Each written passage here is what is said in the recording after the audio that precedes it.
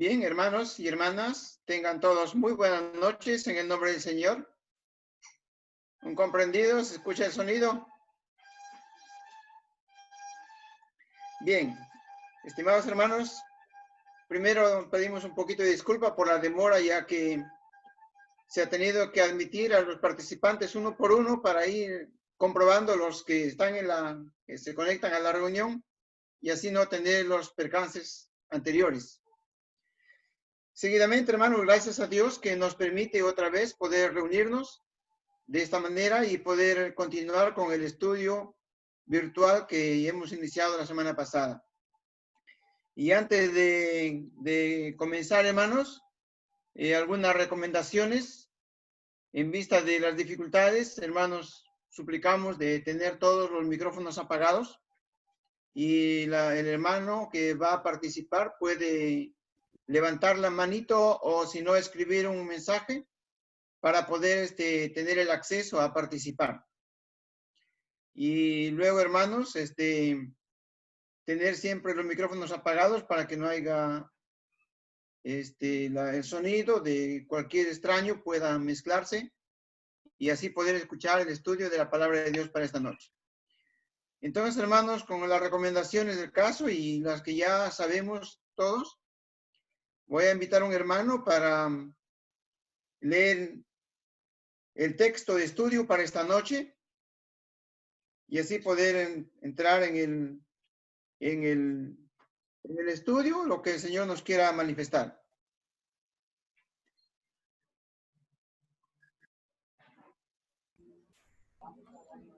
Sí, hermanos, vamos a continuar con los estudios que estamos siguiendo el día de hoy. Vamos a dar lectura en el capítulo 2 de Apocalipsis, verso 8. Dice el subtítulo, el mensaje a Esmirna. Y escribe al ángel de la iglesia en Esmirna, el primero y el postrero, el que estuvo muerto y vivió, dice esto: yo conozco tus obras y tu tribulación y tu pobreza, pero tú eres rico, y la blasfemia de los que se dicen ser judíos y no lo son, sino sinagoga de Satanás. No temas en nada lo que vas a padecer. He aquí, no temas en nada lo que vas a padecer. He aquí, el diablo echará a algunos de vosotros en la cárcel para que seáis probados y tendréis tribulación por 10 días. Sé fiel hasta la muerte y yo te daré la corona de vida. El que tiene oído, oiga lo que dice el Espíritu. El que tiene oído, oiga lo que el Espíritu dice a las iglesias. El que venciere no sufrirá daño de la segunda muerte. Amén. Hasta ahí, hermanos, si hubiese escuchado, existiendo la libertad de participación, dejamos este tema a cualquier hermano que el Espíritu le impulse para participar en este tema. Amén.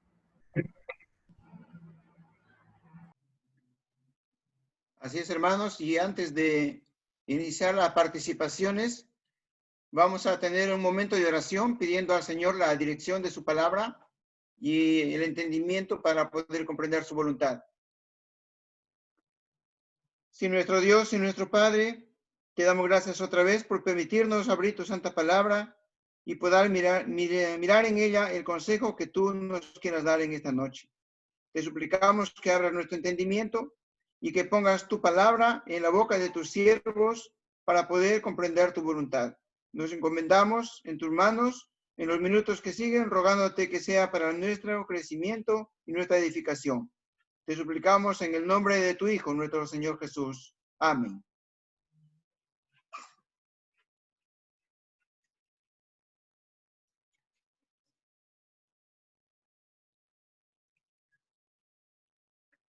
Amén, hermanos.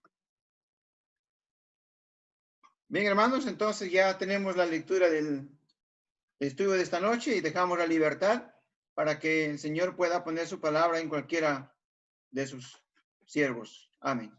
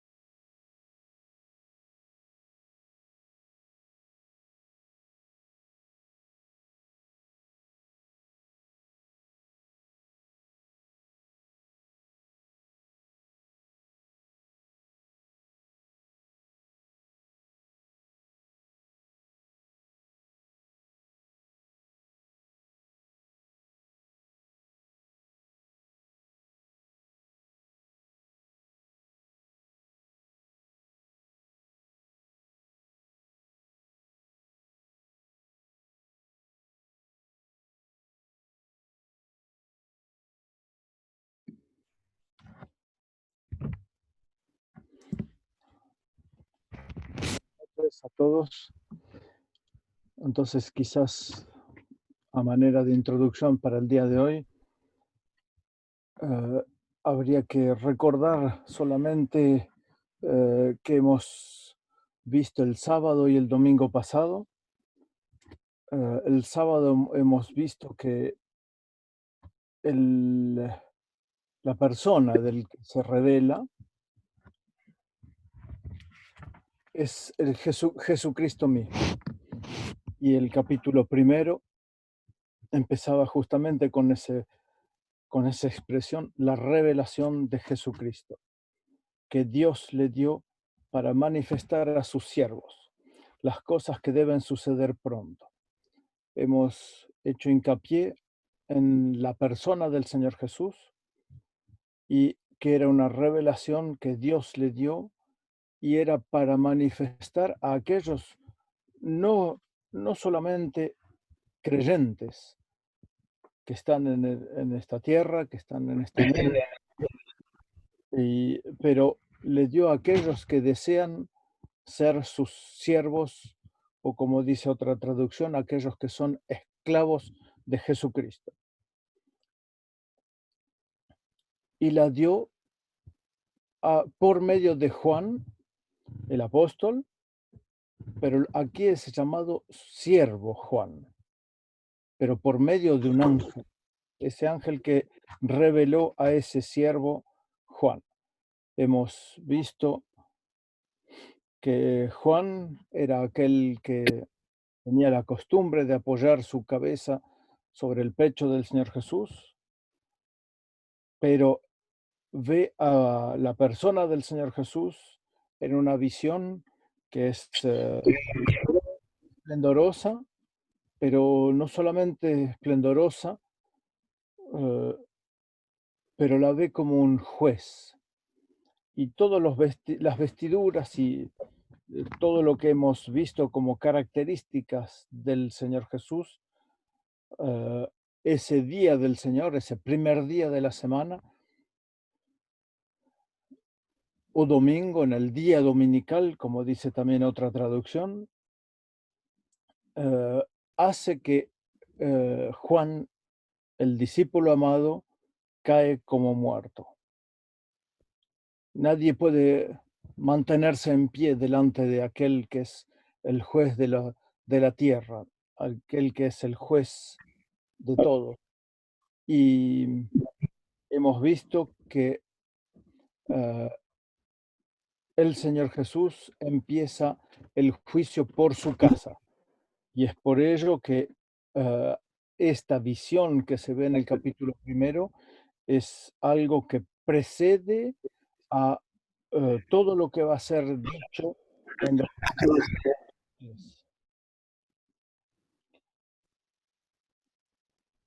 Hemos visto también que en el versículo 13 del capítulo 1 es llamado Hijo del Hombre.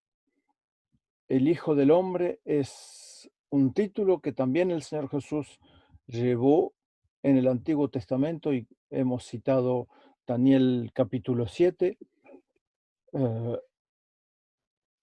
y ese Hijo del Hombre tiene su cabeza y sus cabellos blancos como blanca lana, como nieve, y sus ojos como llama de fuego.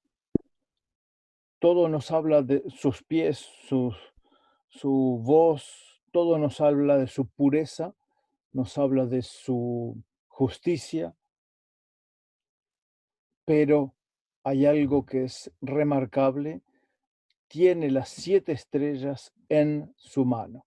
Nada, absolutamente nada, queda fuera de su dominio.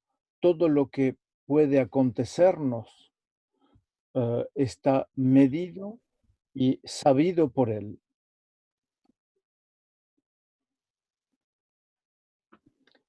Es visto también como aquel que tiene su rostro refulgente, como el sol cuando resplandece en su fuerza, pero también el que alienta, el que habla, el que nos dice, nos dice primeramente, no temas, y da órdenes, pero también da explicaciones. Es lo que hemos visto en los 2 últimos versículos del capítulo 1. Escribe las cosas que has visto y las que son y las que han de ser después de estas. Hemos visto que las cosas que has visto son las cosas que el Juan mismo ve delante de sus ojos. Las que son es el tiempo en el transcurso del cual la historia de la iglesia va a pasar. Nos habla del capítulo 2 y 3 del Apocalipsis, y las que han de ser después de estas, a partir del capítulo 4,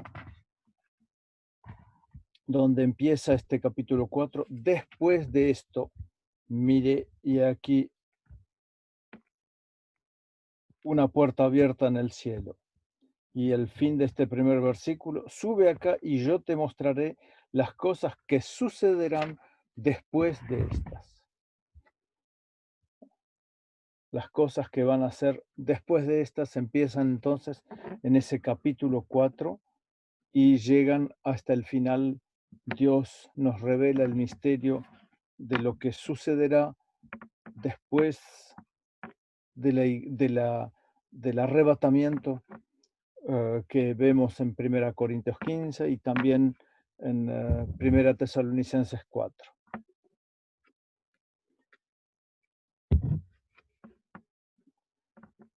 Hemos dicho que las 7 estrellas, como lo vemos en el versículo 20, son los ángeles de las 7 iglesias, y los 7 candeleros son las 7 iglesias.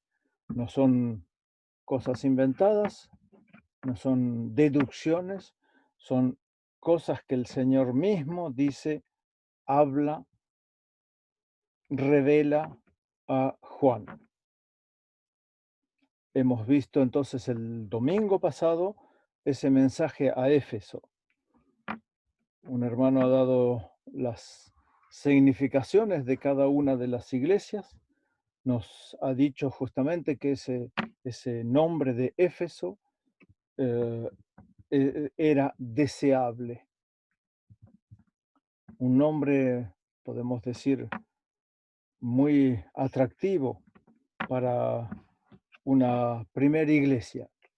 una primera iglesia que tenemos muchas cosas reveladas en la palabra al respecto de ella. Y lo primero que se le dice es que el que tiene las 7 estrellas en su diestra y el que anda en medio de los candeleros de oro, dice esto. Y le habla de lo que conoce de sus obras, de su arduo trabajo y paciencia. Este mensaje nos hemos recordado que habla de aquellos que han vivido en el primer tiempo después de la partida del Señor, al final de los evangelios o al principio de los hechos, y antes de que haya prueba de persecución. Y cuando no hay persecución, hemos visto que hay algo que puede suceder. Habla aquí de: has sufrido, has tenido paciencia. Antes decía también que no puedes soportar a los malos, has probado a los que dicen ser apóstoles y no lo son, y los has hallado mentirosos. Pero hay algo que el Señor tiene que decirles: has dejado tu primer amor. Para poder recuperar o volver a ese primer amor, hay que arrepentirse, volver atrás y hacer las primeras obras. Y hay una amenaza aquí, o una amenaza, que si esas cosas no pasan, quitaré tu candelero de su lugar, si no te hubieres arrepentido. Es una iglesia que no ha permanecido, que ha durado un cierto tiempo y ha desaparecido. En la historia de la humanidad, podemos decir, de la cristiandad, pertenece al primer tiempo, y de esta iglesia no ha quedado nada. Y varios hermanos han visitado los lugares donde están estas iglesias, estas 7 iglesias, y podemos decir que para casi todas hoy en día son ruinas físicamente, y espiritualmente entonces queda lo que por estos mensajes, las enseñanzas espirituales pueden darnos para mostrarnos quiénes son estas diferentes iglesias. Hemos visto que hay 4 de estas 7 que permanecen hasta el fin y van a ver, podríamos decir así, el retorno del Señor Jesús. Cada una de las que siguen, de las 3 últimas, van como desprendiéndose de la primera, que es Tiatira. Hay cosas que esta iglesia de Éfeso aborrecía, y es algo que va en el mismo sentido que el sentimiento mismo del Señor Jesús. Aborreces las obras de los nicolaitas, las cuales yo también aborrezco. Hemos dicho que estaba ese espíritu que el Señor no deseaba que entrara en la iglesia. Y no hemos dicho mucho del último versículo, que dice, el que tiene oídos, oiga lo que el Espíritu dice a las iglesias. Es una expresión que está dada en todas las iglesias. Al final hay, hay momentos en que veremos luego que es en un momento diferente que el que está dicho acá en Éfeso. Aquí es al final de todo, después le dice al que venciere. Al que venciere le daré de comer, a comer del árbol de la vida, el cual está en medio del paraíso de Dios. El hombre había sido puesto en el paraíso, en el jardín de Edén, pero aquí se trata de otra cosa. Dice, le daré a comer del árbol de la vida, el cual está en medio del paraíso de Dios. En el jardín de Edén había sido puesto una espada en la cual vigilaba, controlaba el acceso a este árbol y lo impedía. Nadie podía acercarse. El hombre fue expulsado de ese jardín de Edén, pero aquí dice claramente al que venciere. El que venciere justamente son todos aquellos que han obedecido a la voz del Señor, que han vuelto a ese primer amor, que se han arrepentido, que han hecho nuevamente esas primeras obras y a ellos se los califica de vencedores. Ellos podrán comer del árbol de la vida. Es un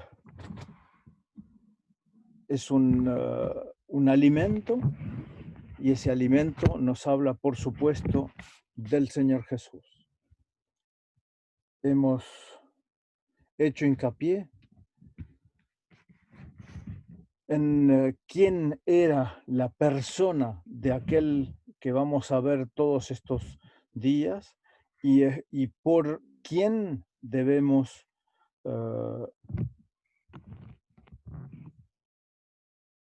seguir o buscar instrucciones en estas 7 iglesias.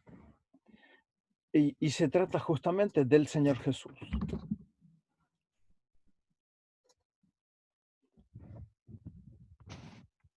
Y el Señor Jesús estará en medio del paraíso de Dios cuando estemos allá en el cielo, en esa, también como lo vemos al fin del capítulo 20, creo que es la Jerusalén celeste.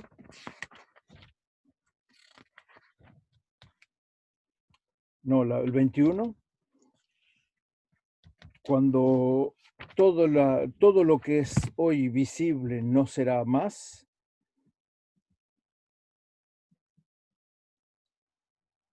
En ese tiempo, entonces, el Señor será absolutamente todo lo que necesitaremos, el objeto de nuestra vista, el objeto de nuestra alabanza, nuestro alimento, será absolutamente todo.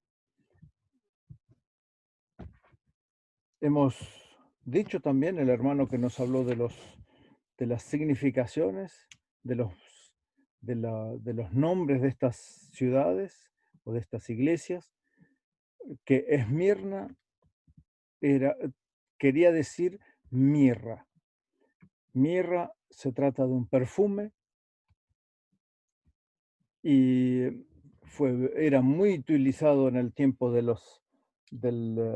Levítico, donde se ofrecían esos perfumes. Se utilizaba en la composición de varios perfumes y fue también lo que los magos trajeron a al Señor Jesús cuando nació como presente para él. Entonces, como lo hemos leído, escribe al ángel de la iglesia en Esmirna. Nuevamente, volvemos a decir, cuando se trata del ángel de la iglesia en un lugar o en otro, se trata de la parte responsable o de la responsabilidad de la iglesia o de los que representan esa iglesia en un lugar determinado, tanto en Éfeso como en Esmirna, como en todas. A todas se escribe al ángel. No es un ángel como vemos en otros lugares, es los ángeles son, lo hemos dicho claramente, son la parte responsable. No podemos decir que es tal o tal hermano o un grupo de hermanos. Se trata de la responsabilidad por lo que la iglesia ha hecho en el tiempo de su estadía en la tierra. Aquí nuevamente se vuelve a hablar al ángel de la iglesia en Esmirna. Siempre los caracteres que vemos en el primer capítulo son recordados, y aquí vemos que hay 2 puntos. Luego de esa palabra Esmirna, el primero y el postrero. El Señor Jesús mismo se presenta a sí mismo de esa manera, pero se presenta así diciendo: el que estuvo muerto y vivió. Dice esto. El primero y el postrero. El alfa y el omega se llamaba a sí mismo en el versículo 11 del capítulo primero. Yo soy el alfa y el omega, el primero y el último. No tenemos ninguna duda, el Señor Jesús se presenta a los suyos y habla de su muerte. Estuvo muerto. Sí, el Señor Jesús murió. En esta tierra fue recibido, pero no fue aceptado. Vino a esta tierra y el hombre lo puso a muerte. Pero él, en esos planes divinos hechos con Dios, estaba previsto que él era ese Cordero de Dios, y es por ello que puede decir estuvo muerto. Esa imagen del Cordero de Dios va a seguir hasta la eternidad. Cuando vemos en el capítulo 4 y el 5 el carácter, la imagen que deja el Señor Jesús es justamente de ese Cordero como inmolado. Pero no quedó en la muerte. Estuvo muerto y vivió. Y sabemos muy bien que está en el cielo, a la diestra del Padre, por supuesto, intercediendo por nosotros, pero es un carácter que no es hecho resaltar aquí. Aquí está hecho, recordémoslo también, está hecho resaltar el carácter del juez, el que limpia todo lo que hay que limpiar en medio de los suyos, en medio de la iglesia que la quiere recibir perfecta, pura, sin mancha en su casa. Es el primer trabajo que el Señor Jesús hace antes de ocuparse del juicio de las naciones y del juicio sobre la tierra, lo que se ve en los capítulos siguientes de este mismo libro del Apocalipsis. Hasta aquí.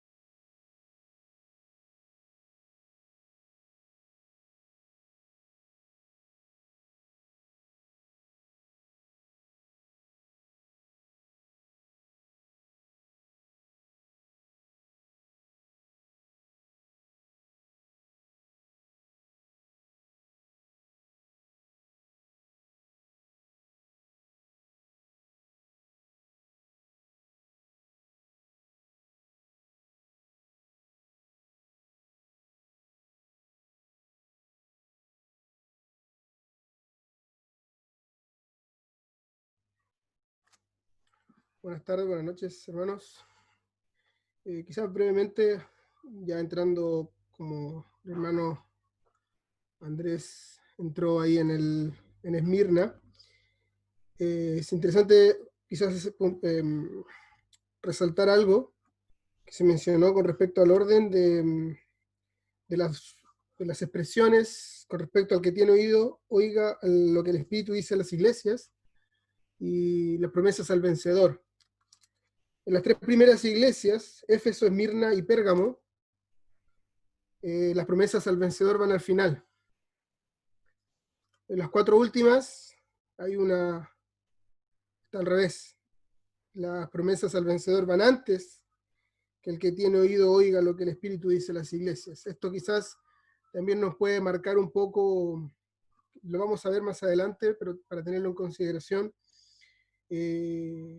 en lo que respecta a la historia de la iglesia, en los siglos, también vamos a ver que hay algunas iglesias que perduran en el tiempo, sus características perduran en el tiempo.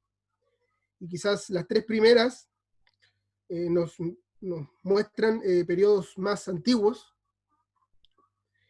y las cuatro últimas son un periodo, si bien parte muy antiguo, pero reciente, y sus características las podemos ver hoy en día en partes de la iglesia profesante. Es por eso quizás ese orden distinto que vemos entre las tres y las cuatro primeras. Entonces las 7 iglesias las podemos dividir en estos dos grupos, las tres primeras y luego las cuatro últimas. Ahora, estaría bueno también que aclaremos, yo voy a dejar la pregunta quizás para que otro hermano responda. El hermano Andrés mencionó un poco, pero quizás insistir un poco más, el significado de la expresión al que venciere.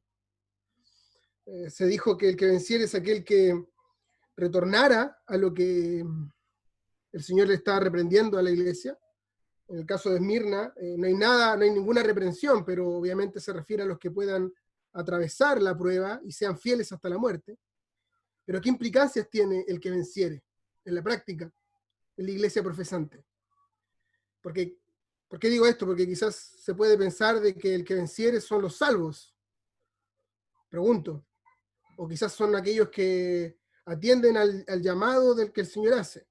Entonces el planteo como pregunta para que se pueda responder.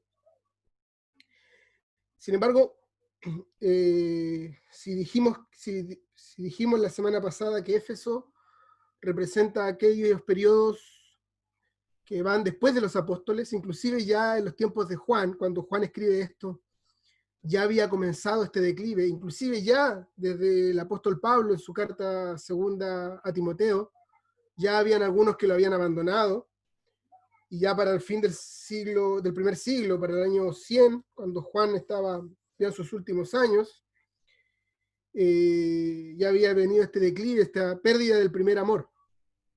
Si Éfeso nos representa estos primeros siglos, este primer siglo, y la época posterior, entonces Esmirna nos vendría a representar el periodo que vino después. Si recordamos, Pablo estuvo encarcelado, lo leemos en el libro de los Hechos, pero su primer encarcelamiento fue por un asunto de que él apeló a César ante lo que los judíos estaban reclamando. Pero sabemos que fue encarcelado una segunda vez, pero ahora como por un delito. ¿Cuál era el delito que le acusaban los romanos? El delito era ser cristiano. Y es tan impresionante la forma en la cual el cristianismo creció en los primeros siglos, que en algún momento los romanos se desesperaron y empezaron las persecuciones. Ahora, uno puede ver, por un lado, pensar la mano del hombre, que lo que el hombre quería, que es lo que quería el imperio romano o los emperadores, era aplastar el cristianismo, porque para ellos era una amenaza contra el imperio. Habían personas que, el César, por ejemplo, el emperador, tenía que ser adorado como un dios, y los cristianos no querían. Solamente había un Señor, el Señor Jesucristo, y empezaron las persecuciones. Uno podría ver que es la mano del hombre, sin embargo, detrás de todo vemos la mano del Señor Jesús. ¿Por qué? Porque si en Éfeso vemos que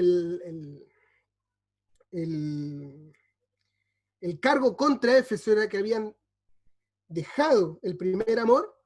En Esmirna podemos ver los tratos del Señor para hacerlos volver. Recordemos que el llamado es general. Cuando el Señor llama a la iglesia, es un llamado general a volver al primer amor. Podemos hacer aplicaciones individuales y pudieron haber creyentes que volvieron de forma individual al primer amor. Pero el Señor quería que la iglesia, como un todo, volviese al primer amor. Y como esto no sucedió, entonces la palabra nos dice en otra parte que el Señor al que ama, disciplina. Y por lo tanto, Él permitió este periodo de Esmirna, que vemos que no hay ningún cargo contra Esmirna, ningún cargo, pero hay mucho sufrimiento, hay mucha tribulación, hay muchas dificultades, pruebas, pero todas estas cosas son de parte del Señor. Obviamente vemos los creyentes que veían la mano de los emperadores contra el cristianismo, que no creciera. Pero detrás de todo está la mano del Señor. Si recordamos lo que leemos, por ejemplo, en el libro de Daniel, dice que el Señor pone al más bajo de los hijos de los hombres para que esté por sobre todos los hijos de los hombres.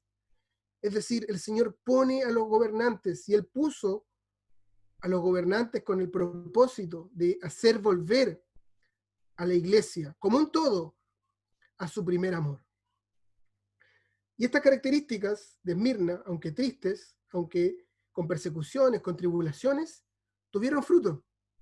Si nos dedicamos a estudiar la historia de la iglesia, o al menos lo que podemos tener de estos periodos, vemos mucha persecución, pero al mismo tiempo mucha fidelidad de parte de los creyentes.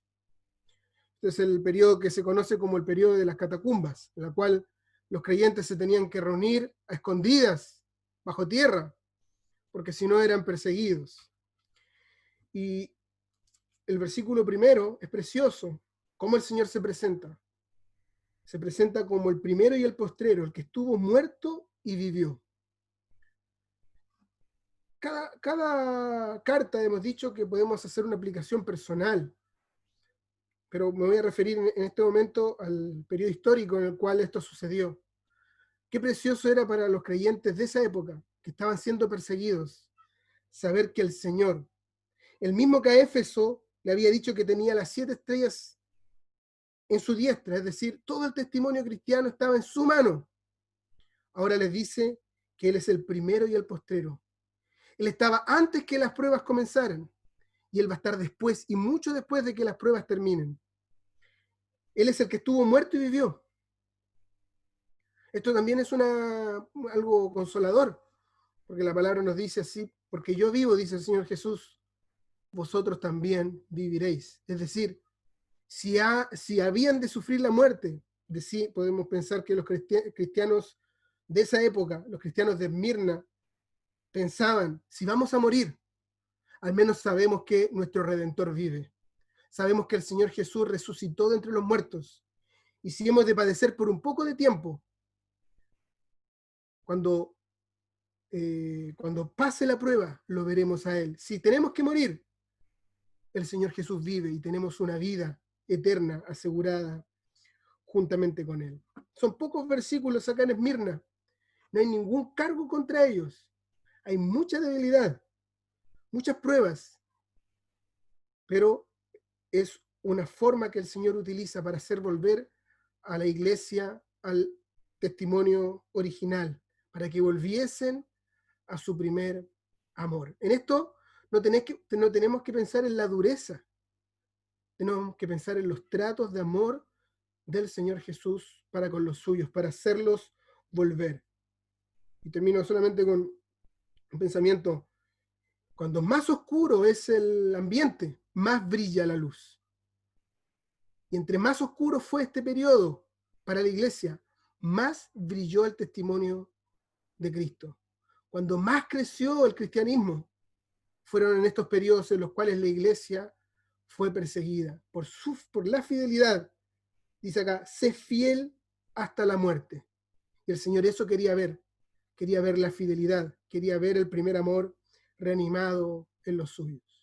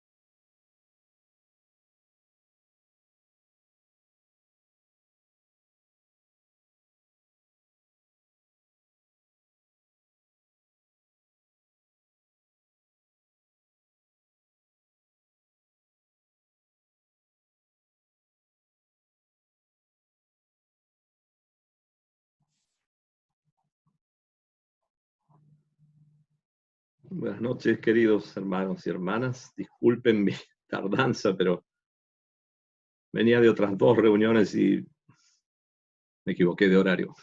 Mis disculpas. Pero alcancé a leer, a escuchar la intervención, un poco de la intervención de Andrés y también esto que acabamos de escuchar de Ricardo.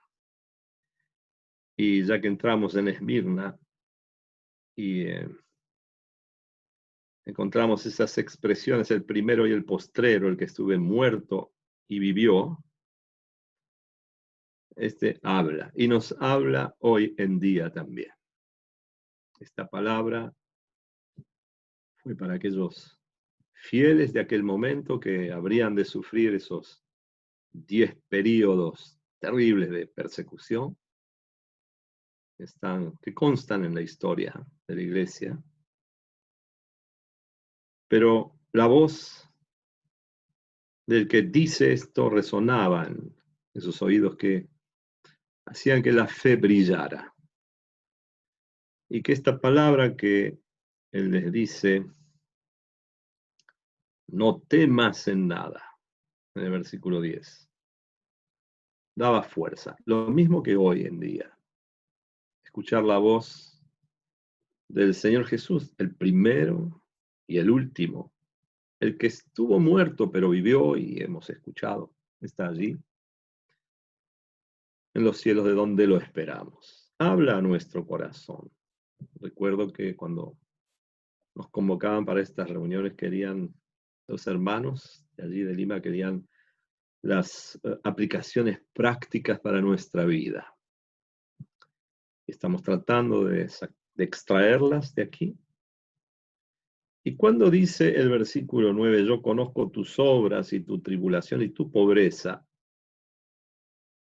el Señor conoce lo íntimo de cada situación, nuestra y de los creyentes de aquellos días. Probablemente ninguno de los que están aquí haya sufrido lo que nos dice este mensaje. Aunque conocemos lugares lejanos de nuestras tierras donde verdaderamente hubo sufrimientos.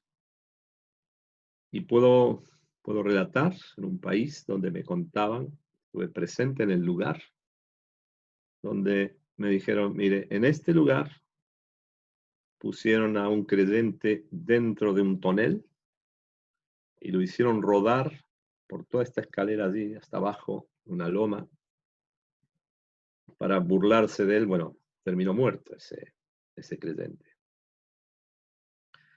Así que no está tan lejano. Esto lo pongo como una anécdota, un ejemplo de cosas que son cercanas a nosotros en el tiempo también. Y sabemos que hay lugares donde hay persecución a causa del nombre del Señor Jesús.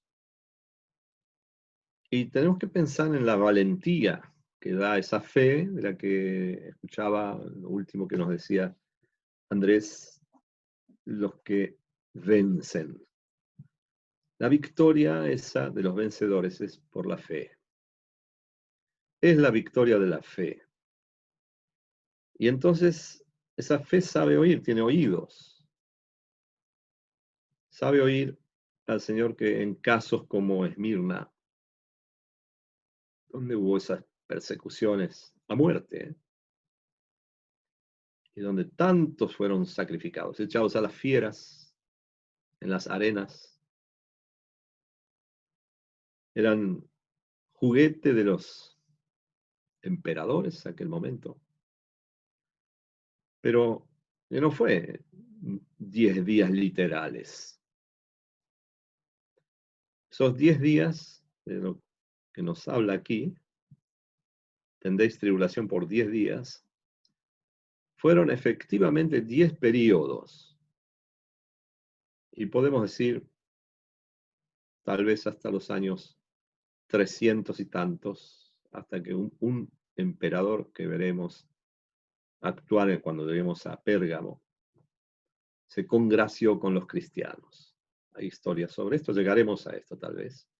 Pero hubo 10 periodos terribles de persecución contra los cristianos contra los hijos de Dios. Pero el Señor dice, yo conozco tus obras y tu tribulación y tu pobreza, despojados de todo.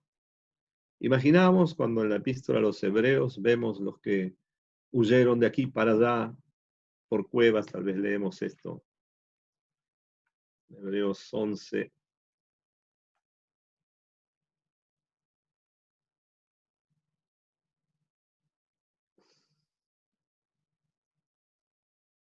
Hebreos 11:37 para tener un ejemplo.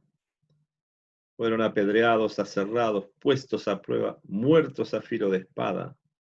Anduvieron de acá para allá cubiertos de pieles de ovejas y de cabras, pobres, angustiados, maltratados, de los cuales el mundo no era digno. Errando por los desiertos, por los montes, por las cuevas y por las cavernas de la tierra. Esto nos lleva muy atrás también en el tiempo, pero que fue una cosa así para los de Esmirna y tal vez hoy en día en algún rincón de la tierra también se ven cosas parecidas. Pero el Señor les dice, no temáis. No temas en nada. Y esto fortalece nuestra fe también, que no sufrimos estas cosas.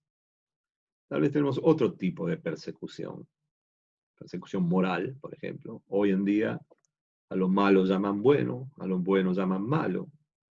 Y finalmente el cristiano nos sentimos perseguidos en ese aspecto.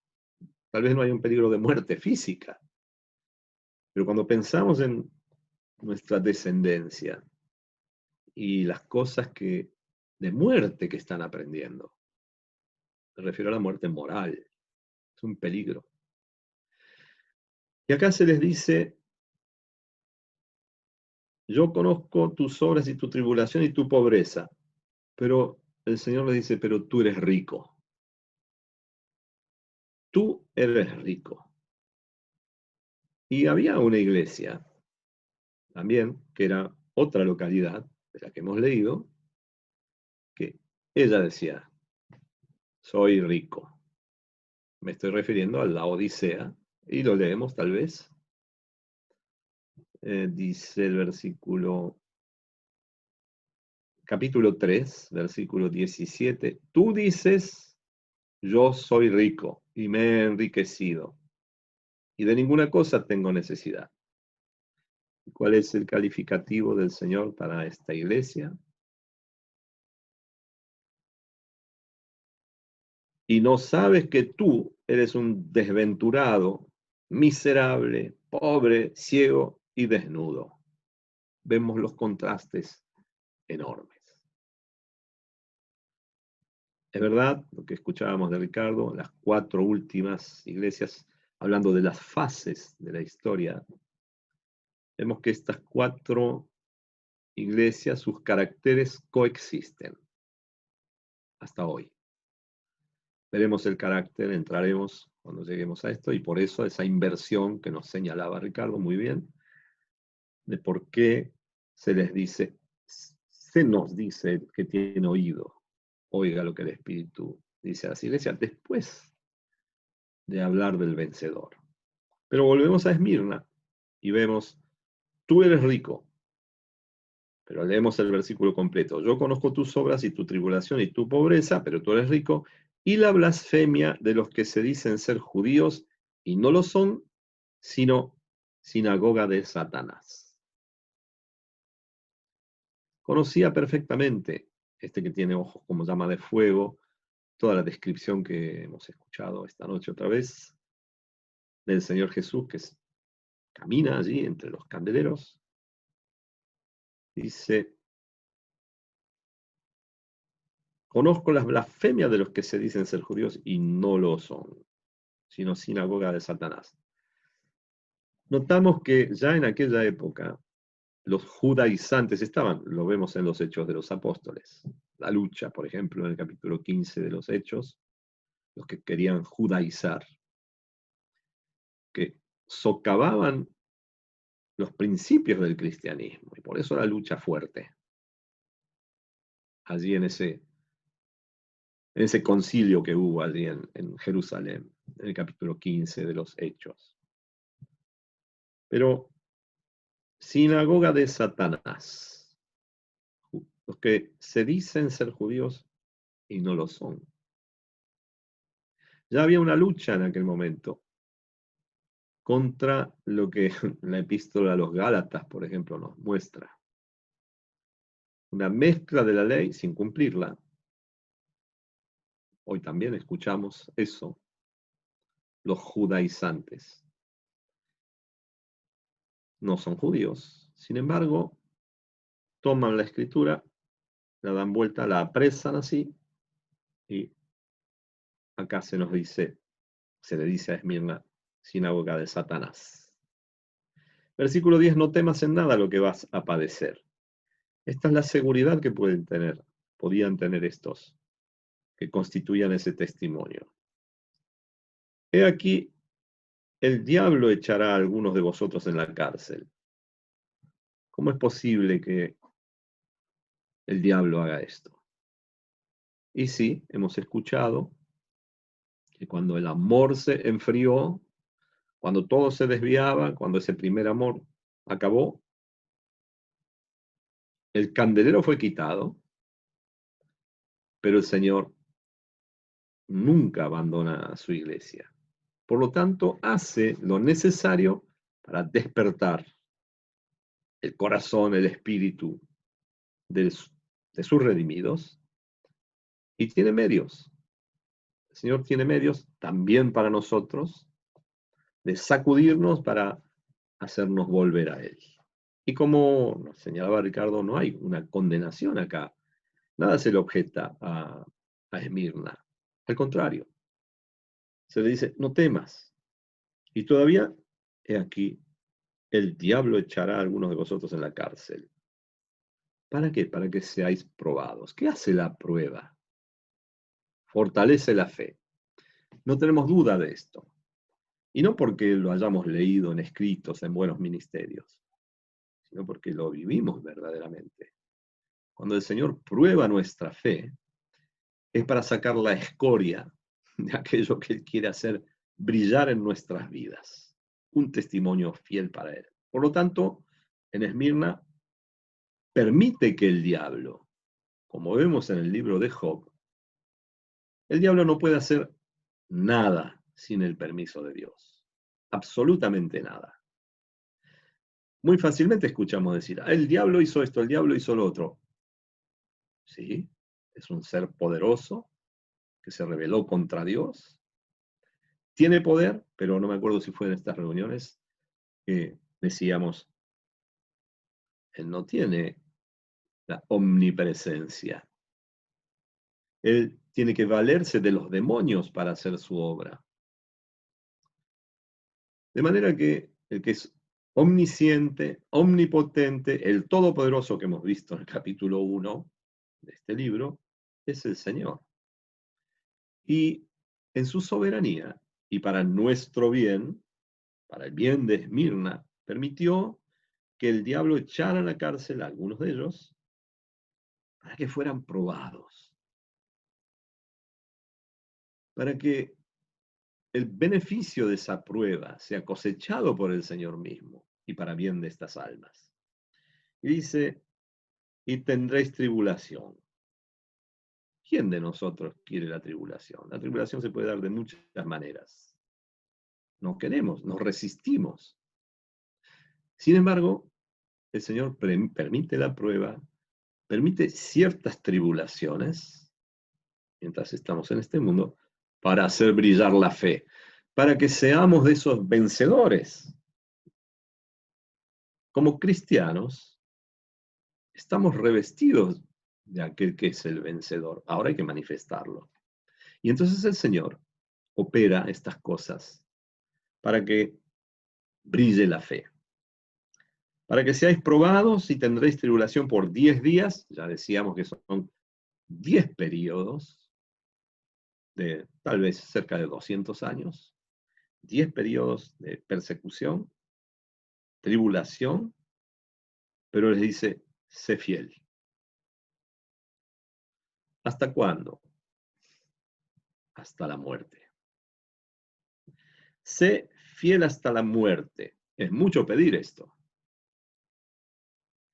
Y sin embargo, a través de la historia vemos cómo los fieles no negaron su fe y fueron fieles a pesar de esas tribulaciones, a pesar de los horrores, podemos decir, de las cosas que le infligían estos que estaban, los poderosos en el mundo que les infligían estas tribulaciones.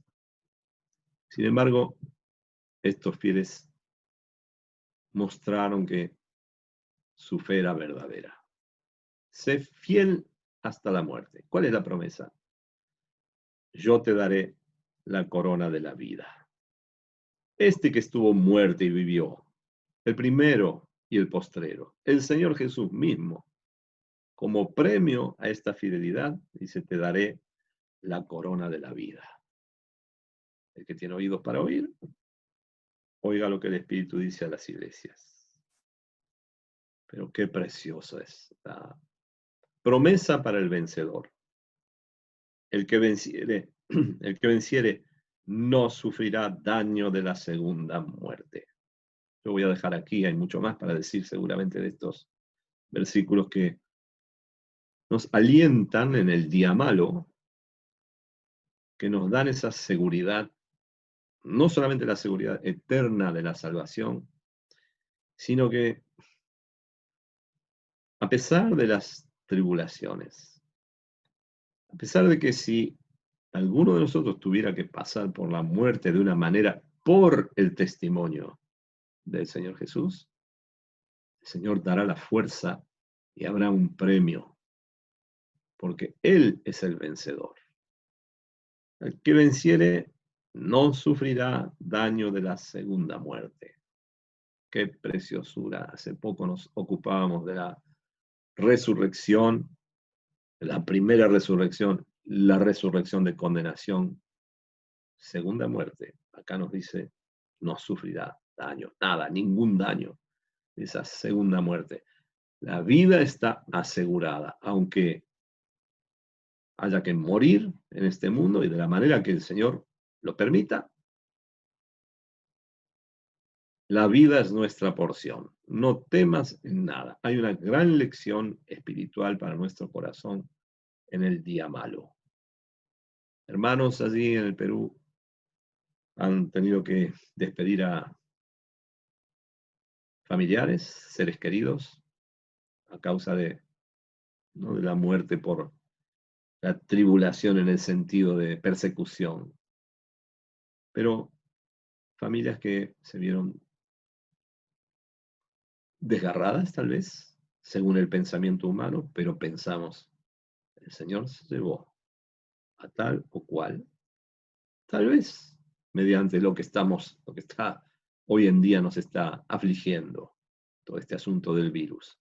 Pero también otros que pasan jovencitos a la presencia del Señor, pero con esta seguridad.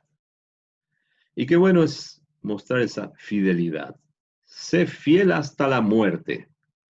Claro que lo decimos fácilmente, pero hay una cosa que también lo leemos por testimonios. La fuerza que daba en la época de las hogueras, por ejemplo. Los que iban a las hogueras, hay que leer la historia de las persecuciones. Tal vez eso es en la Edad Media, pero antes ser echados a los leones. Y sin embargo, la fuerza que el Señor daba en esos momentos para que estos no negaran su fe. No temas en nada. Yo he vencido. El Señor dice, yo he vencido al mundo. Ellos también vencieron. No eran dignos. Hemos visto allí. Y para terminar esto, en Santiago, en el capítulo 2,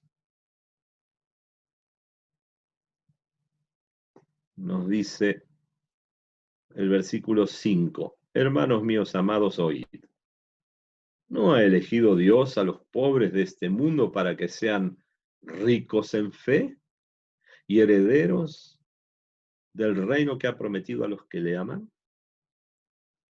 Hemos leído en el mensaje a Esmirna: conozco tu pobreza, tus obras, tu tribulación y tu pobreza. Ricos en fe. Nadie le podía quitar esta porción. También que sea nuestra porción, que seamos ricos en fe.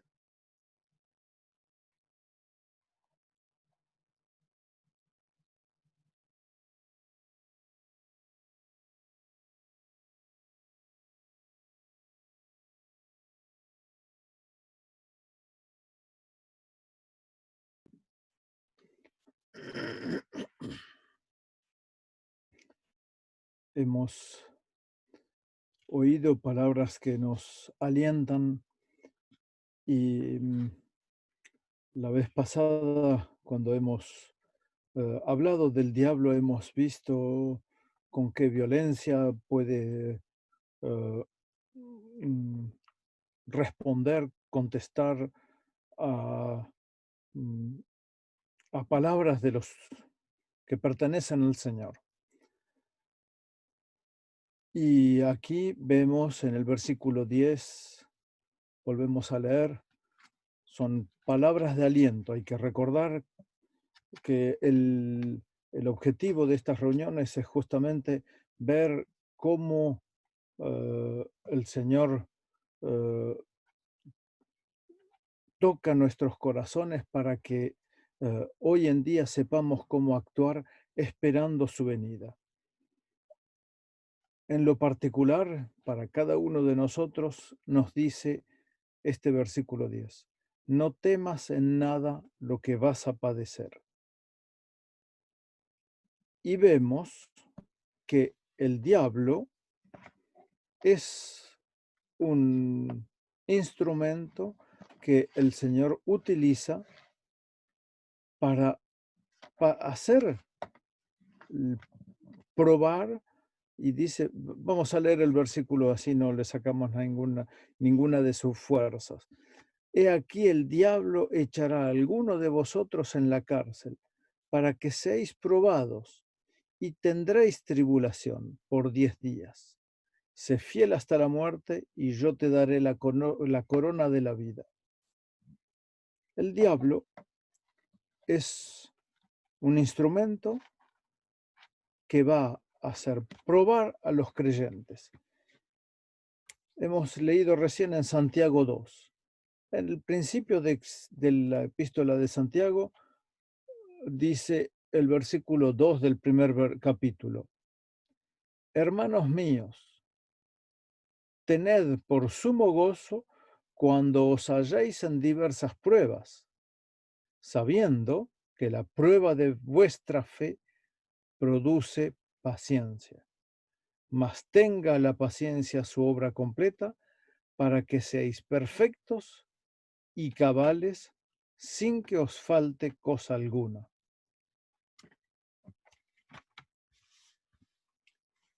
Sin que falte nada. Y acá hemos visto que lo que falta es la libertad. Pero el apóstol Pablo también decía que la palabra del Señor no está presa. E incluso cuando uno tiene su cuerpo prisionero por los grillos, por lo que sea, y como dice aquí, echado algunos de nosotros, de vosotros, dice para los de Esmirna, son echados en la cárcel. En la cárcel el apóstol Pablo, ¿qué es lo que hacía? Cantaba cánticos, hablaba del Señor. Esa palabra no estaba presa. En Primera Pedro también hay otro versículo que nos alienta mucho. En el primer capítulo,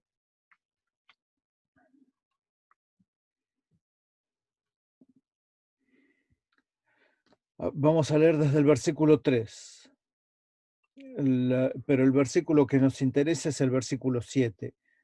Bendito el Dios y Padre de nuestro Señor Jesucristo, que según su grande misericordia nos hizo renacer para una esperanza viva por la resurrección de Jesucristo de los muertos, para una herencia incorruptible, incontaminada e inmarcesible, reservada en los cielos para vosotros, que sois guardados por el poder de Dios mediante la fe, para alcanzar la salvación que está preparada para ser manifestada en el tiempo postrero, en lo cual vosotros os alegráis, aunque ahora por un poco de tiempo, si es necesario, tengáis que ser afligidos en diversas pruebas, para que sometida a prueba vuestra fe, mucho más preciosa que el oro, el cual, aunque perecedero, se prueba con fuego, sea hallada en alabanza, gloria y honra cuando sea manifestado Jesucristo, a quien amáis sin haberle visto,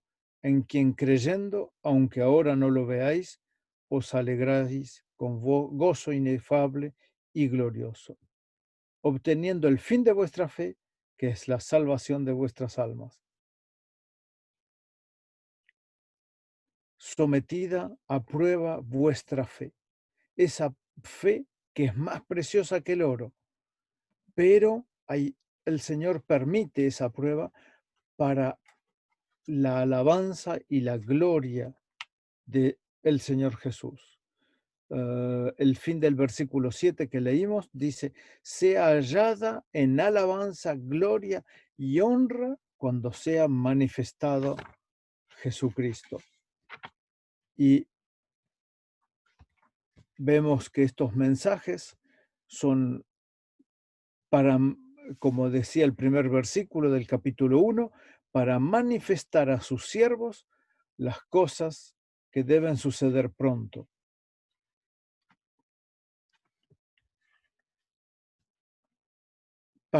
Vemos en el versículo 10 nuevamente, para que seáis probados.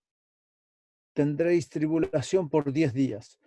El hermano Jorge dijo, no son 10 días literales de 24 horas, son 10 periodos en los cuales hubo 10 emperadores y en los cuales se ha sufrido mucho. Fue el principio del cristianismo, luego de que los apóstoles no estuvieron más, y ahí empezaron las pruebas difíciles, la prueba de la cárcel, la prueba de la muerte, la prueba de ser echado a los leones, pero estos creyentes tenían ejemplos en el Antiguo Testamento también de un Daniel echado al foso de los leones, y sabían muy bien que el Dios de Daniel, ese que el rey más poderoso de la tierra había dicho que no hay otro como él, es lo más grande que existe, ese Dios. No todos los dioses que el mundo se crea, que Satanás empuja a la humanidad a creer, a adorar. Ese Dios que está en el cielo es capaz de cerrar la boca de los leones. Y si no lo hace, como los 3 amigos de Daniel, que le responden al rey, y si no, sabe. A ver, vamos a leer ese pasaje en Daniel.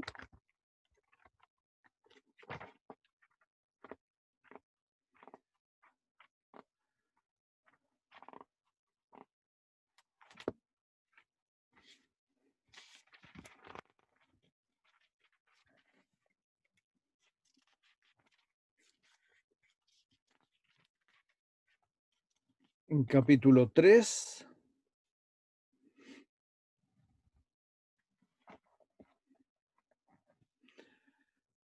Podemos leer desde el versículo 16. Daniel 3, 16 al final.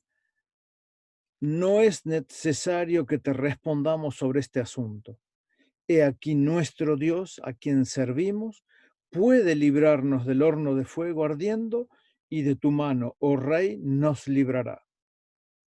Y si no, sepas, oh rey, que no serviremos a tus dioses, ni tampoco adoraremos la estatua que has levantado.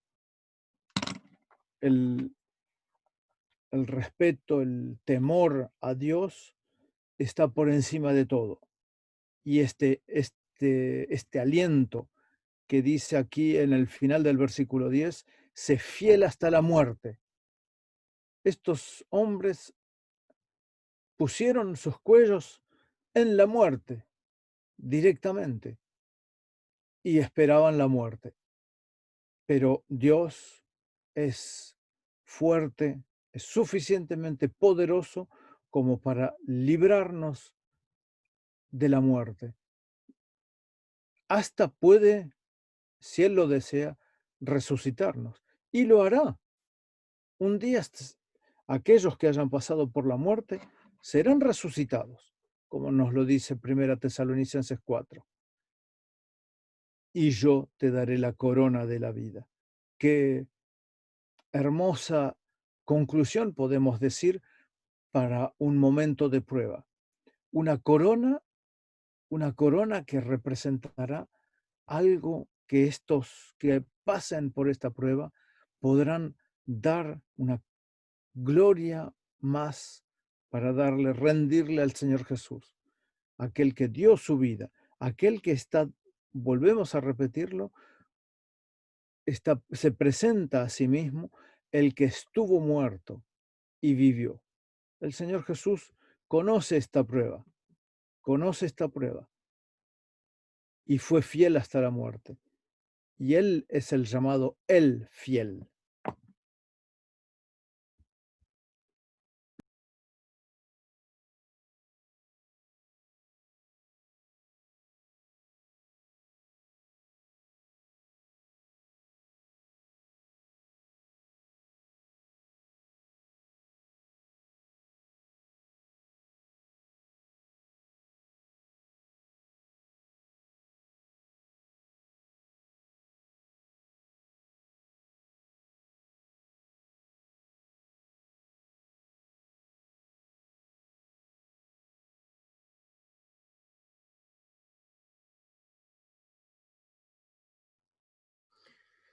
Quisiera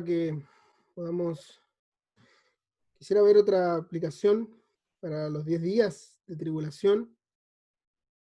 Es verdad todo lo que se ha dicho. Estos 10 días, si nos dedicamos a estudiar, corresponde a 10 persecuciones o 10 periodos de persecución bajo distintos emperadores antes de aquel emperador que, como se dijo, congració con los cristianos por un motivo más bien estratégico. Pero dos cosas con respecto a estos 10 días. Se dice que Satanás, el diablo, echará a algunos de vosotros en la cárcel. Dios permite que Satanás sea utilizado como un instrumento inclusive para probar a los suyos. Vemos, por ejemplo, esto en el caso de Job, ¿cierto? Quizás si leemos en Job una expresión solamente para resaltar esto que quisiera mencionar, en el capítulo 1, conocemos bien estos versículos, pero hace bien recordarlos.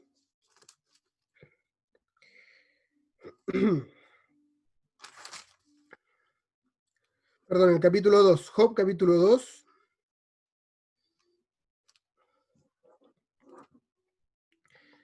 Job 2:4, dice, respondiendo Satanás dijo a Jehová, piel por piel, todo lo que el hombre tiene dará por su vida.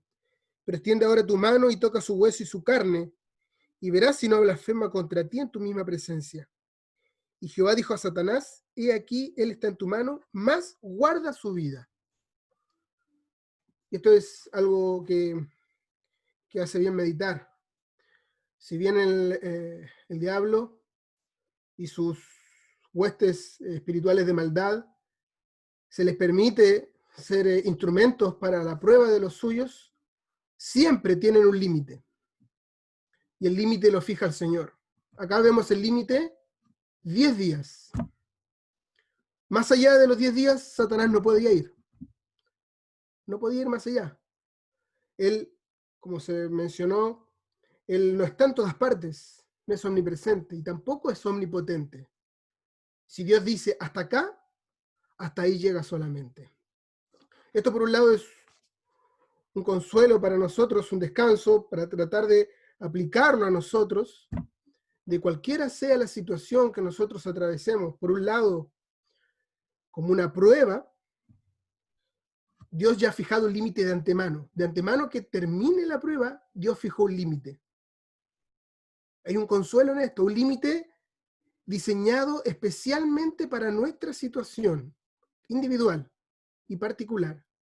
Él sabe hasta dónde la prueba debe llegar y no permite que el enemigo vaya más allá. En los evangelios también leemos que Satanás no solo pidió a Job, también pidió a los discípulos para zarandearlos como a trigo. Pero dice que el Señor Jesús oró por ellos para que su fe no falte. También se les dio un límite. El zarandeo, pero no permitió que su fe fuera tocada. Para los creyentes de Esmirna, 10 días.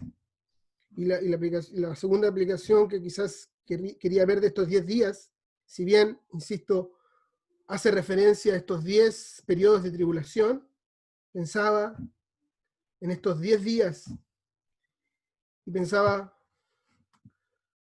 en los 10, en las dos manos. El Señor permite que su prueba sea hasta donde sus manos permiten contar, por decirlo de alguna manera. Porque todo está bajo su control, todo está en sus manos. Las mismas manos que Él le mostró a sus discípulos que están con las marcas de los clavos, ponen el límite de las pruebas. Las marcas en las manos de aquel que está vivo nos muestran que Él murió, pero también que resucitó. Y Él pone este límite. Él tiene todo bajo control. No temas en nada lo que vas a padecer. ¿Por qué? Nosotros, como humanos, cuando queremos consolar a alguien, no se nos ocurriría decirles, no temas por lo que estás pasando, no tengas miedo, porque somos seres falibles. Sin embargo, el Señor Jesús dice, no temas nada en lo que vas a padecer, porque yo tengo todo en mis manos. Y aquí el diablo va a hacer esto, esto y esto, pero le he puesto un límite.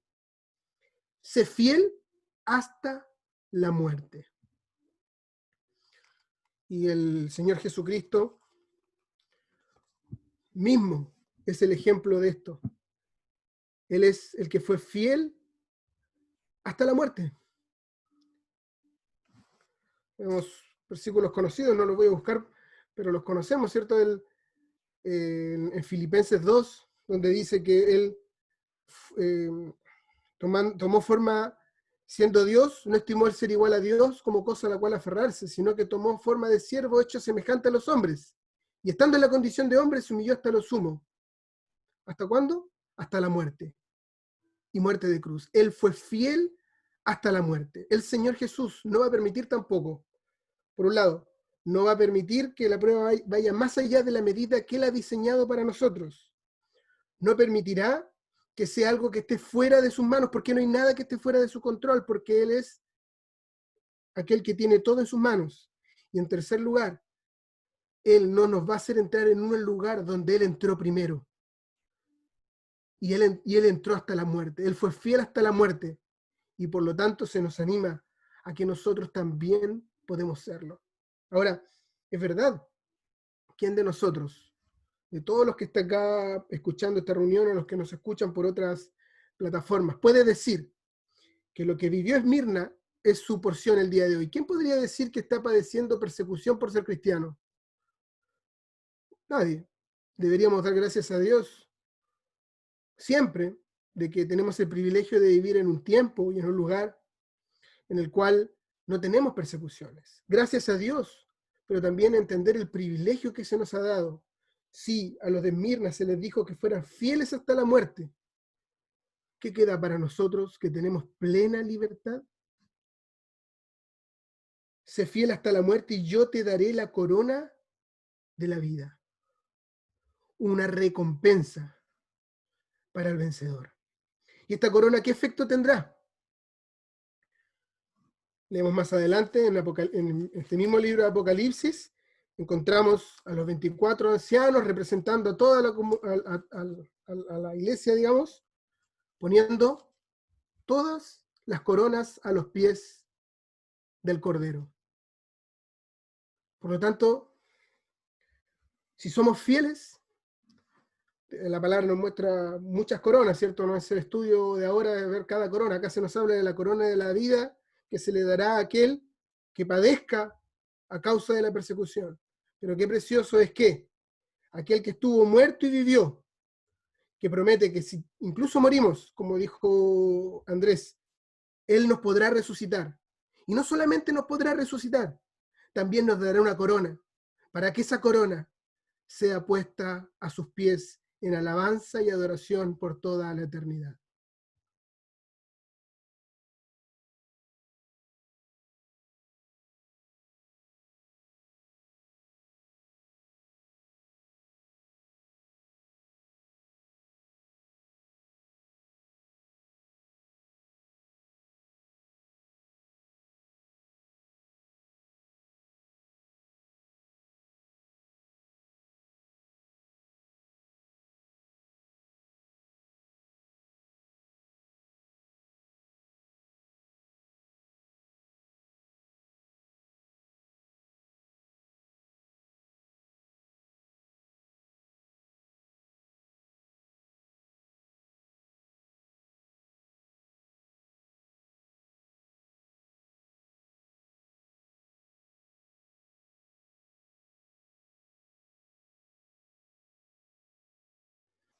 Perdón, hermanos, solamente algo que se me olvidó que quería comentar también.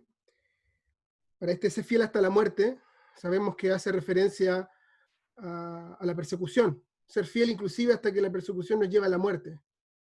Pero si pensemos también que cada uno de nosotros, si el Señor Jesús no viene antes, tendremos que pasar por la muerte. Y si quizás no podemos encontrar una manera de aplicar esto a nosotros porque no padecemos persecución, pensemos, cuando llegue ese momento en el cual el Señor nos lleve, que puede ser ahora mismo, no me refiero a la venida del Señor. Lo que nos separa de la eternidad es el solo propósito del Señor. En cualquier momento ya no estamos. Y no porque seas joven, jovencito, o todavía no estás en una edad como para que pienses en eso, esto no va a suceder. Entonces deberíamos vivir todos los días como si fuera el último y ser fieles hasta que eso suceda. Para que cuando llegue el momento de que el Señor nos llame a su presencia, si es que Él no viene antes, me estoy refiriendo, obviamente también hablamos de esto en relación a la venida del Señor, pero yo quiero hacer énfasis en el hecho de la muerte. Si el Señor permite que alguno de nosotros parta a la presencia del Señor antes de lo que nosotros pensábamos que podía suceder, podremos mirar hacia atrás y decir, ¿yo fui fiel hasta la muerte? Que podamos meditar en esto. ¿Y qué nos lleva a ser fieles hasta la muerte? El único que fue fiel, el testigo fiel y verdadero, el Señor Jesucristo. Él es nuestro ejemplo, Él es nuestro recurso para que nosotros podamos en ese momento decir, sí, Señor. Y escuchar de Él la voz que dice, ven, bien, buen siervo y fiel, entra en el gozo de tu Señor.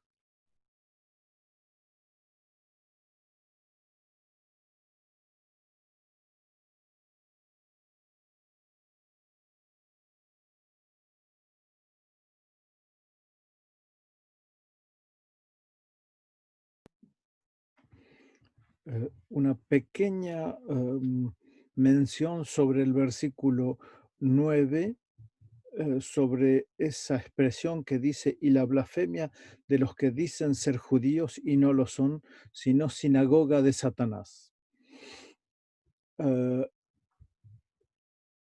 Con el hermano Lucho estuvimos en una reunión donde una persona estaba,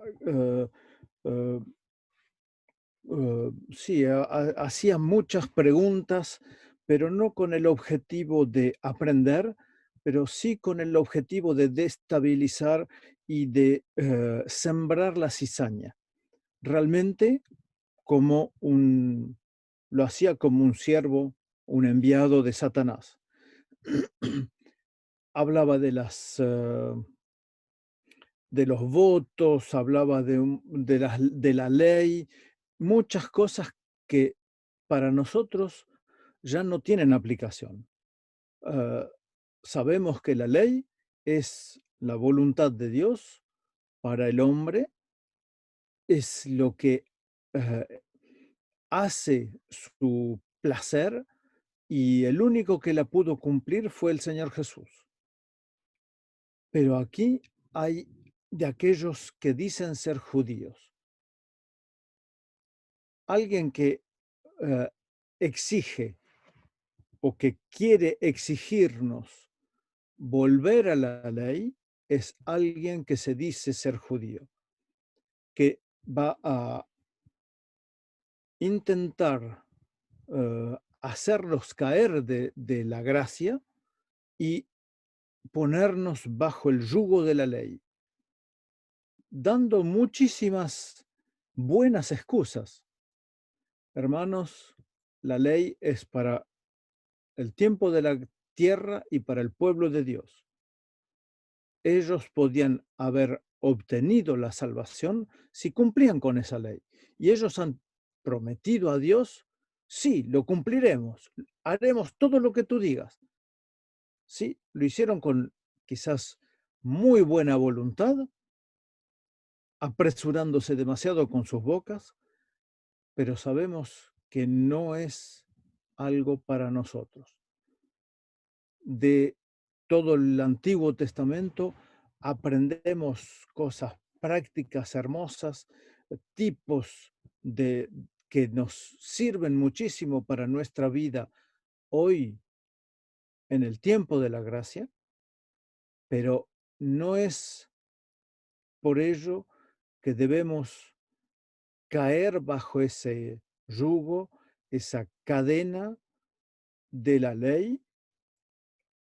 Y aquí vemos que aquellos que son judaizantes o que se dicen ser judíos son sinagoga de Satanás.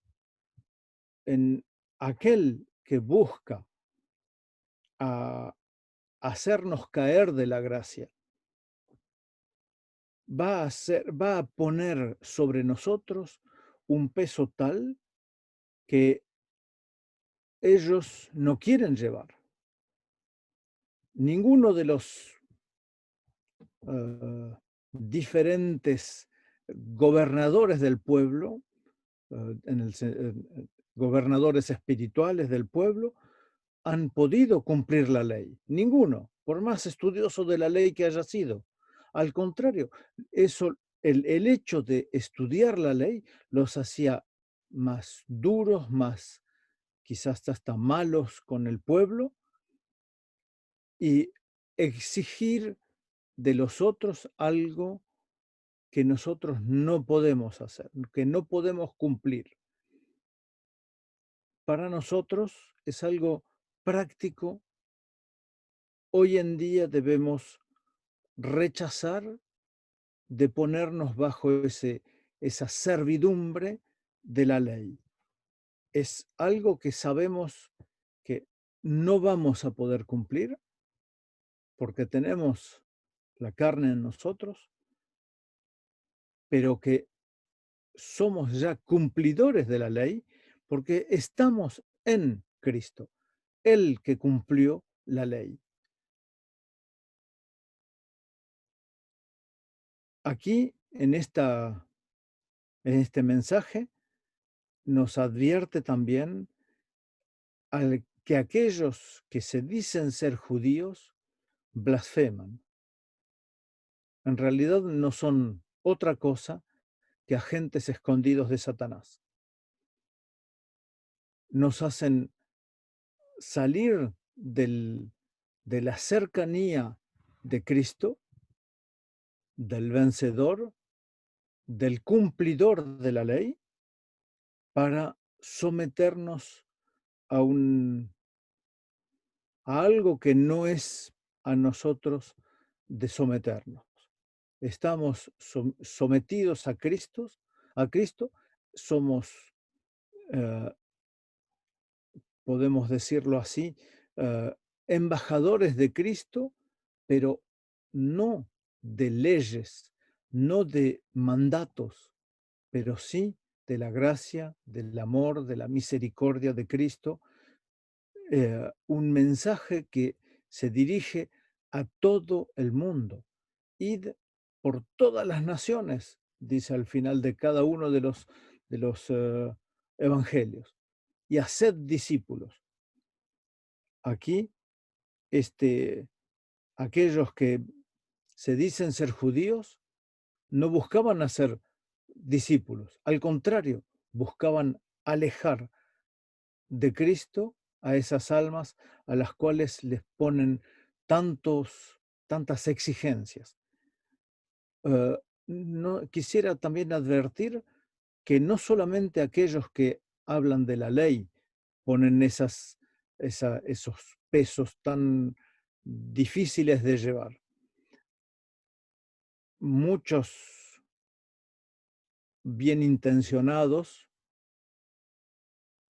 nos hablan también de cosas que debemos hacer, y nuestra carne también nos incita a hacer cosas para merecer, vamos a decirlo así, para usar una expresión quizás más corriente, para merecer el cielo, para merecer la salvación. El Señor hizo una obra, la cumplió enteramente, y no hay nada, absolutamente nada que agregar a esa obra.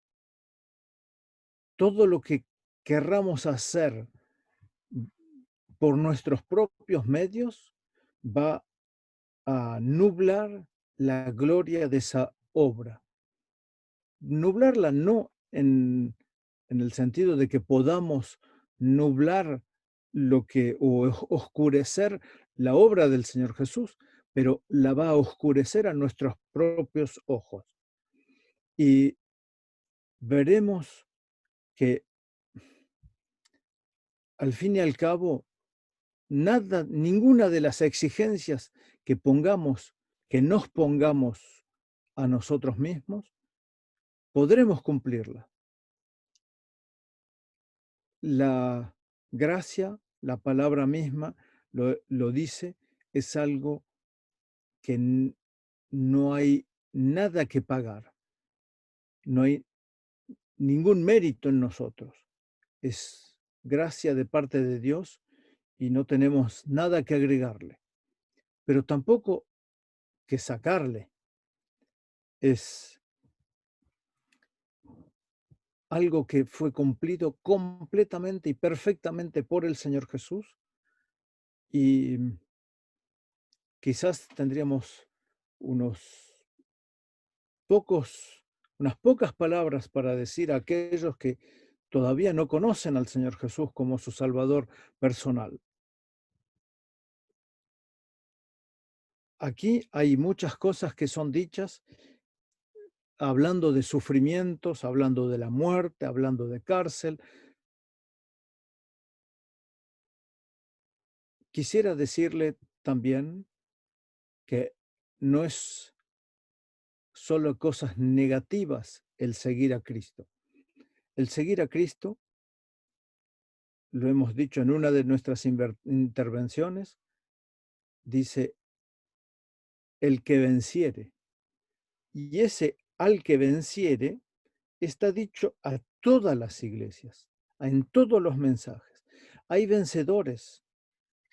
Los vencedores pueden pasar por la muerte física, pero aquí habla en este mensaje a Esmirna, no sufrirá daño de la muerte segunda. Esa muerte segunda es la muerte del juicio final o del gran trono blanco. Esa muerte es, podemos llamarla así, la muerte definitiva. Estar donde habrá llanto y lloro por toda la eternidad. Habrá un alejamiento de Dios. para gozar de la presencia de Dios es necesario una sola cosa. Por supuesto, gozar de la presencia de Dios también quiere decir gozar de la presencia de aquel que dio su vida por nosotros, el Señor Jesús, el enviado de Dios. También gozar de la comunión, de la cercanía de los redimidos, esa congregación de los santos.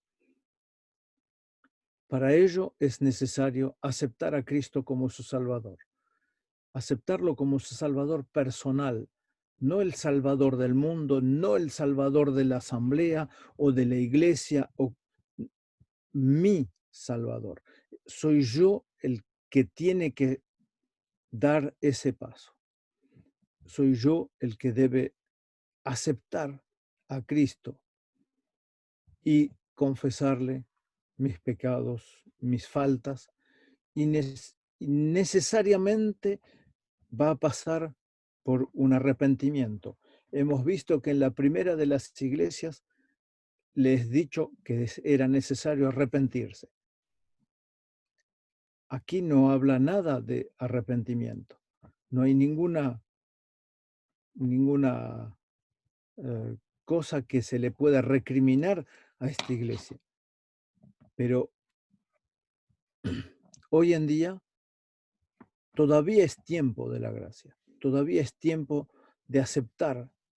Quizás, como lo ha dicho Ricardo recién, dentro de un instante, un par de horas, un par de días, será el tiempo de dejar este cuerpo, pasar a la muerte, podríamos llamarlo así también. Pero aquellos que pasan por la muerte, conociendo al Señor Jesús como su Salvador, descansan de sus obras. Ya pasan a la presencia del Señor Jesús. Si usted desea ese gozo, esa parte tan bendita de estar en el paraíso, en la presencia del Señor Jesús, gozando de Él, es necesario obligatoriamente pasar por la cruz.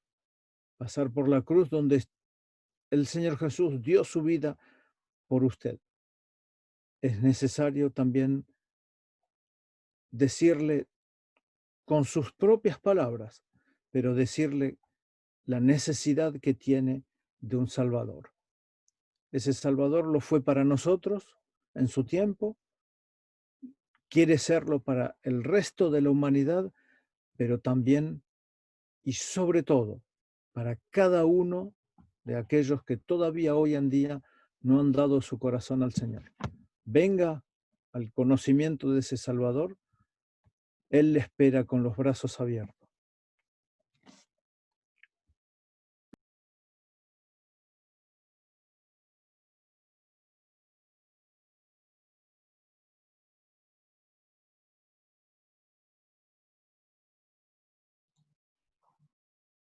Bien, hermanos, sé que la hora ya está, pero después de haberlo oído a Andrés y de haber vivido allí en Perú alguna experiencia, pero en la selva, lo primero que quiero decir, tomando las últimas palabras de Andrés, en la epístola a los Colosenses, en el capítulo 2, encontramos una expresión que nos va a servir para ambas cosas. Para lo que quería decir respecto a la ley, pero también para aquel que necesita al Salvador. Dice aquí el versículo 13, a vosotros, estando muertos en pecados y en la incircuncisión de vuestra carne, os dio vida juntamente con él, perdonándoos todos los pecados. Es la porción de cada redimido, de aquel que ha confesado sus pecados, que se ha confesado pecador, que ha reconocido la necesidad de este Salvador grandioso que tenemos. Dios y hombre el que nos dio esta salvación.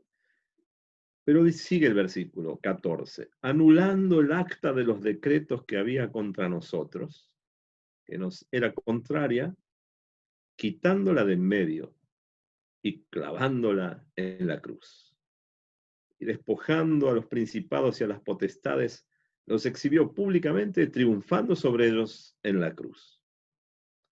Y si uno sigue leyendo, por tanto, nadie os juzgue en comida o en bebida. Aquí teníamos, si seguimos leyendo, vemos también los judaizantes que existen hasta el día de hoy. Y quería, justamente ya que Andrés señaló aquella vivencia que tuvieron allí con un hermano, nos sucedió, pero en la selva. Era la conferencia en Tunduza, y es que no fue solamente ahí, sino que un año antes también en Tutumberos sucedió algo parecido. Apareció una persona allí, muy educada, y que quería hablar con nosotros. Se acercó un hermano, la conferencia estaba por terminar. Se acerca un hermano, me dice, hermano, dice, acá hay un joven que quiere hablar con usted. Bueno, cuando terminamos en unos minutos la conferencia y luego de los saludos finales, era la última reunión, podremos hablar todo el tiempo que quiera con ese joven. Si quiere esperar, efectivamente esperó. Y cuando nos sentamos, luego de despedirnos de los hermanos, nos sentamos en el lugar y esta persona, se decía cristiano, nos empezó a hacer más o menos lo que Andrés contaba. Y entonces queremos señalar el peligro que hay con estas personas, que son judaizantes. Empezó con argumentos. Nos decía, el Señor dijo, no he venido, lo que citaba Mateo 5, no penséis que he venido para abrogar la ley o los profetas, no he venido para abrogar. Claro, y se detenía allí en el versículo. No siguió leyendo.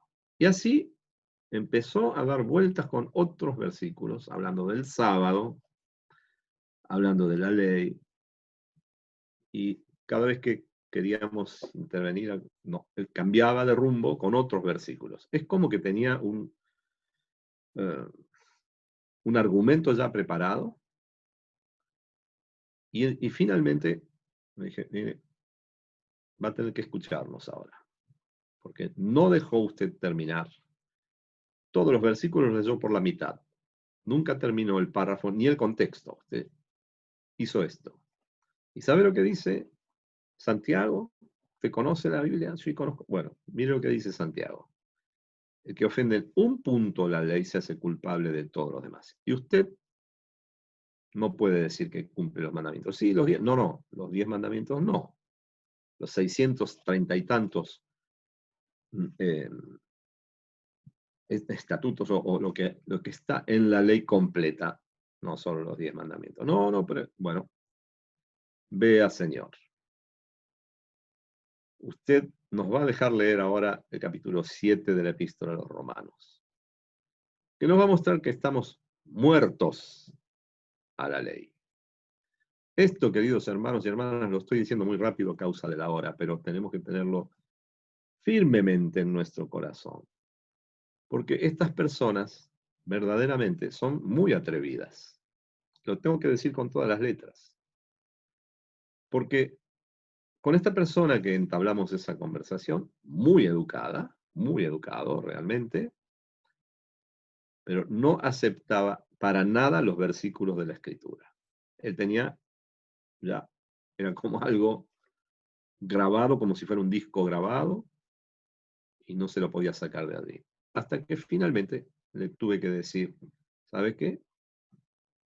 Estás en un hierro de aflicción. No sabes lo que es la libertad en Cristo. De manera que espero que te acuerdes de todo lo que leímos esta tarde, porque se quería ir.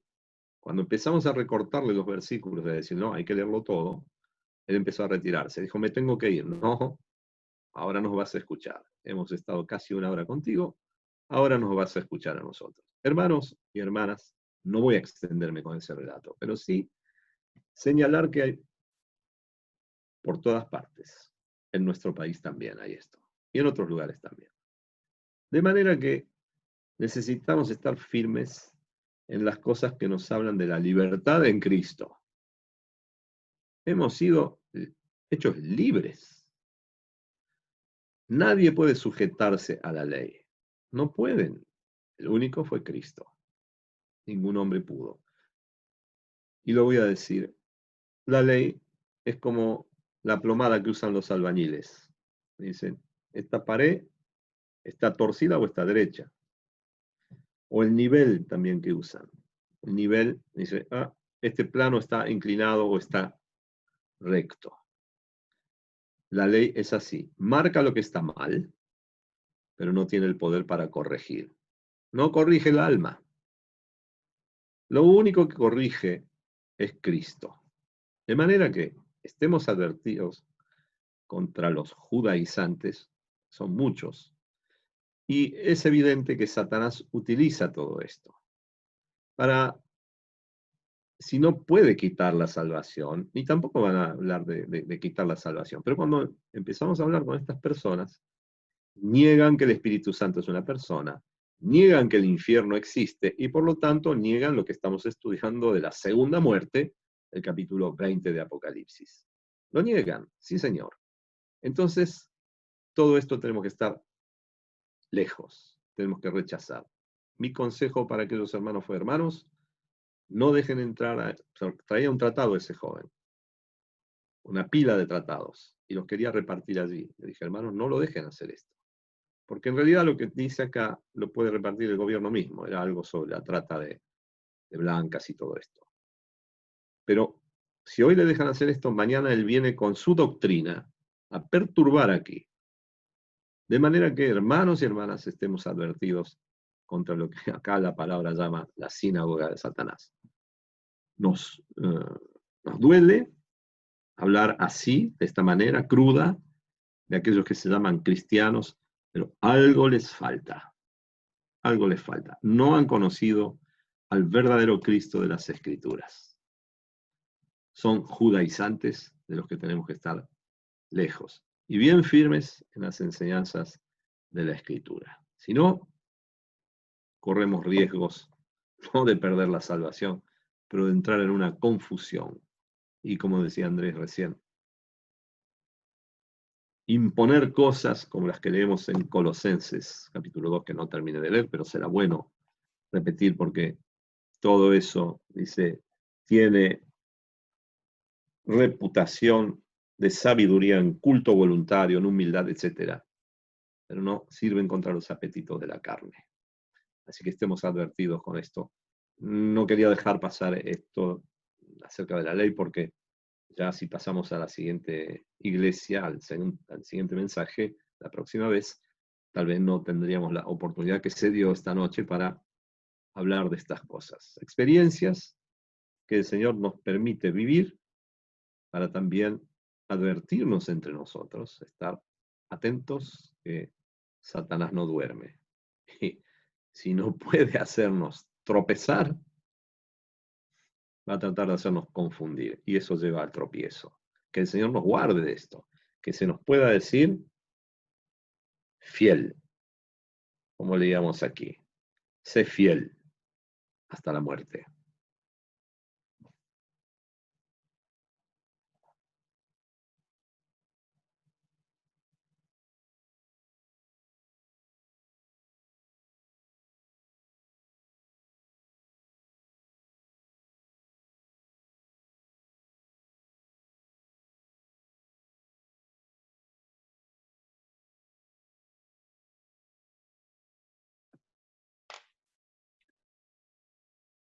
Estimados hermanos y hermanas, hemos llegado al final de la reunión de esta noche. Gracias al Señor que nos ha mostrado dos consejos para aplicarlo a nuestra vida real. Primeramente, de que cuando estamos en las dificultades, en las tribulaciones, Dios es fiel y Él como dice 1 Corintios 10:13, no os dejará ser tentados más de lo que podéis resistir.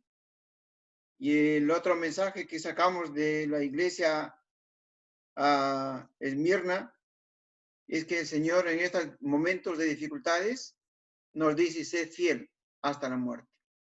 Quizás a algunos nos toque llegar a ese punto, pero el Señor nos dice, sed fiel hasta la muerte. Estimados hermanos, que estas enseñanzas nos ayude a guardar en nuestros corazones y en las dificultades que nos toque vivir, podamos retener el consejo y ser fiel en los momentos más difíciles que nos toque pasar mientras estamos en este mundo. Bien, hermanos, vamos a dar por terminada la reunión para esta noche y voy a invitar a un hermano que sienta en su corazón agradecer a Dios por la palabra que en esta noche nos ha dado para poder poner fin a la reunión de esta noche. Amén.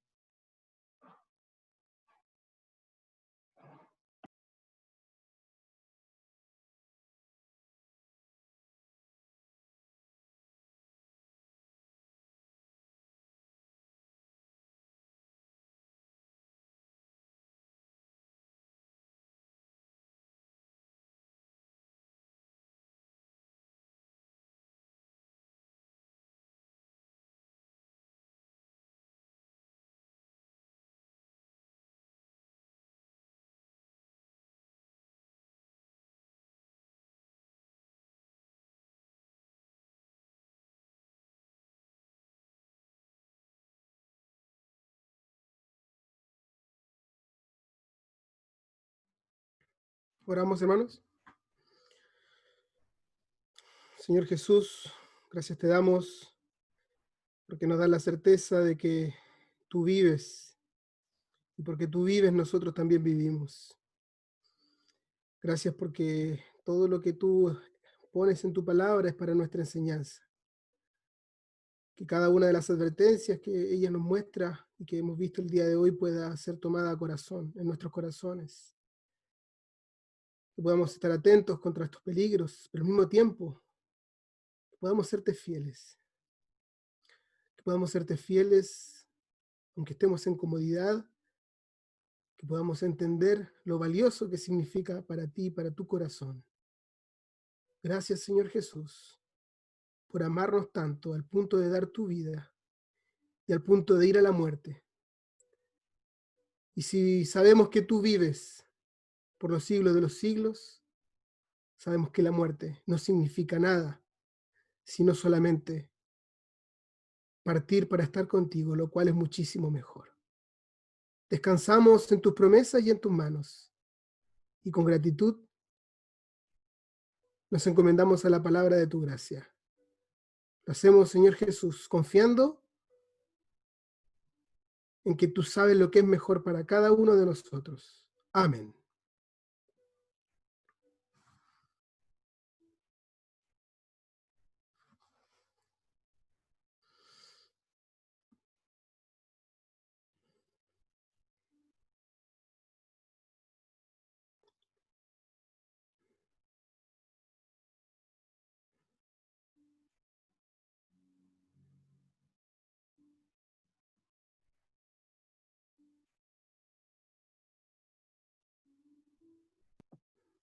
Amén, hermanos.